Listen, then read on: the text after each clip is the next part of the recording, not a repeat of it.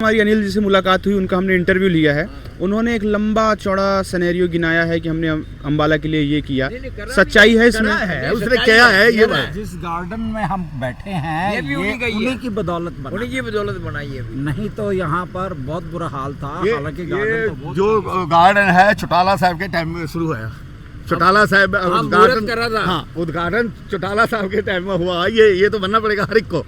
जो ये डिग्गी थी यहाँ बहुत गहरी डिग्गी में जो रेता गिरा है, पहले इसका मतलब मेरे ख्याल कुछ लाख रुपए का दिए थे उस टाइम। हाँ, तो ये सारा डिग्गी डुग्गी पड़ी थी, बड़े ट्रालियाँ चली थी, टांगरी के बिस्से निकल गए। जो शुरुआत चौटाला साहब के हाथ की हुई है।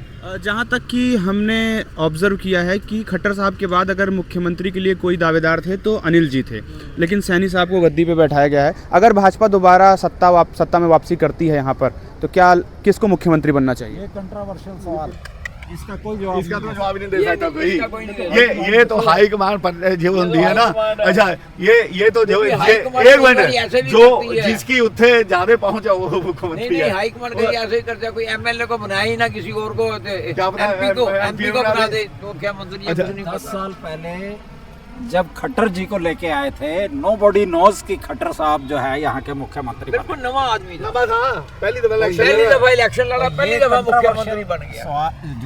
क्वेश्चन है कि कौन मुख्यमंत्री बन सकता है, ये कंट्रोवर्शियल। एक मेरा प्रश्न रहेगा, ये जो जाट और नॉन जाट वाला कॉन्सेप्ट है, इस पर आप सबका क्या कहना है?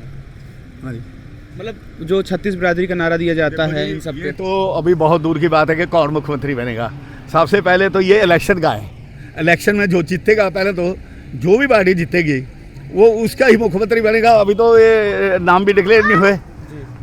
अभी तो कुछ इसमें कह ही नहीं जा सकता ना कि खट्टर बनेगा या अनिल विज बनेगा या दूसरा बनेगा, हुड्डा बनेगा। जिसकी मेजॉरिटी मेजॉरिटी जो होगी पहले तो सबसे मेजॉरिटी है। मेजॉरिटी के बाद फिर मुख्यमंत्री का नंबर आएगा। बिल्कुल। आखिरी प्रश्न चाहूँगा सबसे, एक एक कमेंट। हुड्डा साहब ने बड़ा माहौल बनाया है, दिल्ली की पूरी मीडिया उन्हीं का नाम जप रही है, इस पर आपका क्या कहना है? कोई शक नहीं है, जो कोई शक नहीं है। हुड्डा जो है ना बहुत मेहनत कर रहा है और जो नंबर भी है उनके अभी। हुड्डा साहब की बदौलत ही एमपी की 5 सीटें आई हैं। हुड्डा साहब की बदौलत ही। और ये इनकी जो है ना, कम से कम 2-3 सीटें और आ सकती थी।